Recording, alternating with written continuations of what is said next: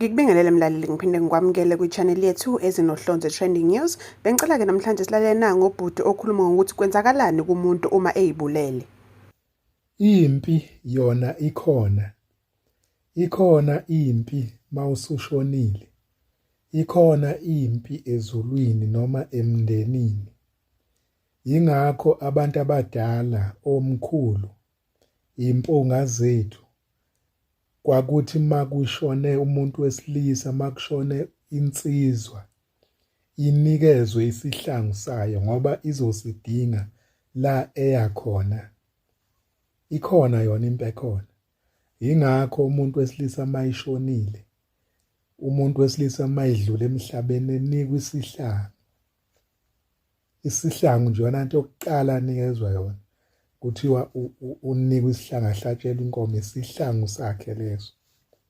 Khona izinto endleleni azoyiphebeza ephethe leso sihlangu. Uzothi mayifika ngale kwamanye amakhehla efika kwezinye insizwa. Kuthiwa usibanibani eyawuze la ephethe lesihlangu sakhe.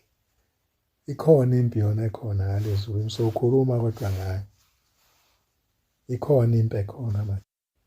Umuntu ozibulele akamukelwa noma akamukeleki emndenini. Akeze ukungena emndenini noma akeze ukungena ezulwini ngenxa yokuthi uzibulele. Njengoba nikhala ezweni lasemhlabeni nidinda isililo nizibuza niphendula ukuthi kodwa ubani bese enze into ekanje. Ngalesikhathi nikhala nimsola nangale lapha yakhona ezidalweni uyasola ukuthi wenza iphu noma ngabe ubeyibulalela siphi isizathu, kodwa mayefika ngale ezweni lobaba mkhulu uzolithwala icala lokuthi uzibulele ngoba ukuzibulala akwamukelekile noma ngabe uyibulalela siphi isizathu, kodwa ekugcineni kosuku kumele usithwale isigwebo sokuthi wena uzibulele ngoba ukubulala kuyicala. Akamukeleki emndenini noma akangeni emndenini icala lakhe engalijezele lokuzibulala. Ubufakazi balokho ke ingakho umuntu ozibulele imvamisa yabo behlupha umoya wabo uhlupha lapha bafele khona.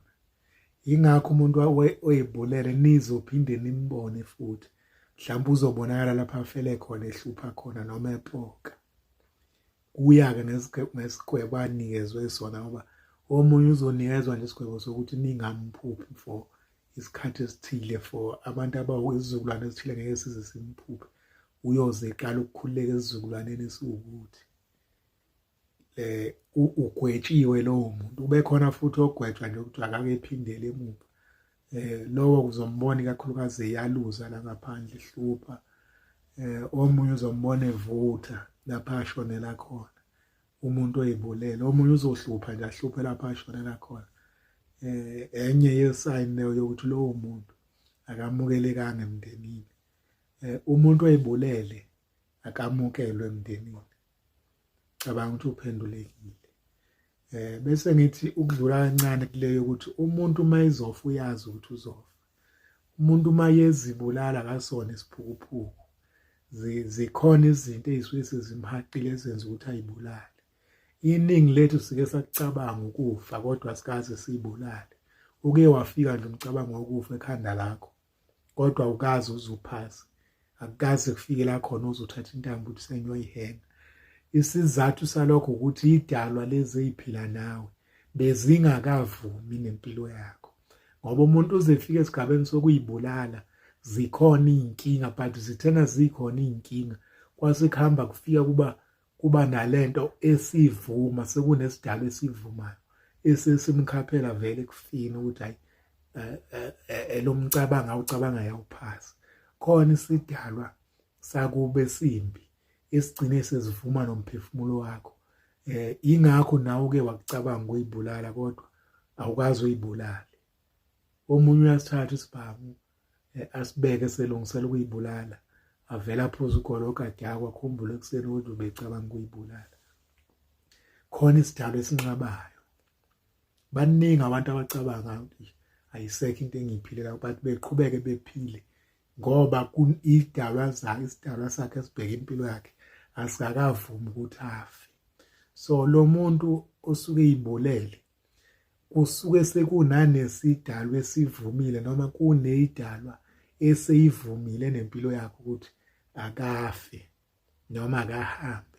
Ingakho umcabango kuyena ukuthi ayibulale uhamba uzuphaza nangempela egcina yenza lento yokuyibulala. Kodwa ke isigwebo usuke ezosithola usuke ezosifica simlindile noma kanjani akugeji kuleli yazwe okuyiwa kulona kubusa ummeli wokuthula noxolo ubusa ngeqiniso. Isigwebo nje sokuyibulala usuke uzosithola noma ngabe ubuyibulale noma ngabe bese kufanele uyibulale, kodwa isigwebo uzofika usithole ezweni lobaba mkhulu. Uzothi efika nje amakhehle ebemenza njalo, emnikeza into ayifanele, ebethethe icala lakhe. Omunye uzothi afika nje bemkhomba emuva kuthiwa uphindele emuva. Ngeke ngakhuluma ngendaba yesihlangu kwevidiyo engemuva, bathi abanye isihlangu senzela umuntu oganiwe noma senzela umnumzana. Angenza ukuphika. Angiganiwe nje kodwa isihlangu ngiyasiphatha. Isihlangu zinduku zami lezi, ihawu lami nobheko lwami nenduku engiya ngayo uma ngiyobukela. Uma usuyinsizwa nje usuphatha isihlangu. Uphatha isihlangu akulindi ukuthi uzugana. Okusho ukuthi uma ngumuntu wesilisa nje sengiphatha isihlangu, base ngishonile kumele ngithole isihlangu sami. Kumele nginikezwe isihlangu. And iyona nkomo yokuqala le ehlatshela umuntu uma ehambile. Unikwa nje isihlangu sakhe. Ngenxa yokuthi impi ngaliya ikhona. Ngoba uma ufika ngale isihlangu sakho kunezinto ezomele uyivike ngesihlangu sakho, uyibhule ngesihlangu sakho. Nana labantu bakini asebangasekho. Njengoba ungabanikile nje ihlangu zabo, kunezinto okumele ngabe bayakulwela zona, kodwa abakwazi ukulwela because ihlangu zabo abanikeziwe. Isihlangu nje asilinda ukuthi uzugana ngoba nje ngiyinsizwa nje isihlangu ngiyasiphatha. Mase ngifile bonginika isihlangu sami akunendaba ukuthi angiganiwe. Isihlangu esokuvika, isihlangu esokushaya, esokulwa. Isihlangu nje ikhona futhi impi ngale, ngiyakugcizelela lokho ukuthi impi ikhona. So isihlangu siyadingeka. So bafica omkhulu beyiphethe zabo. Ufika nje insizwa ngale iphethe isihlangu. Angazi ukuthi uyofika ngani noma angazi ukuthi lo muntu wakini uyofika ngani. Leya nsizwa yakini angazi ukuthi ivika ngani. Uma ufuna ikulwela uthi ayikulwele ngani.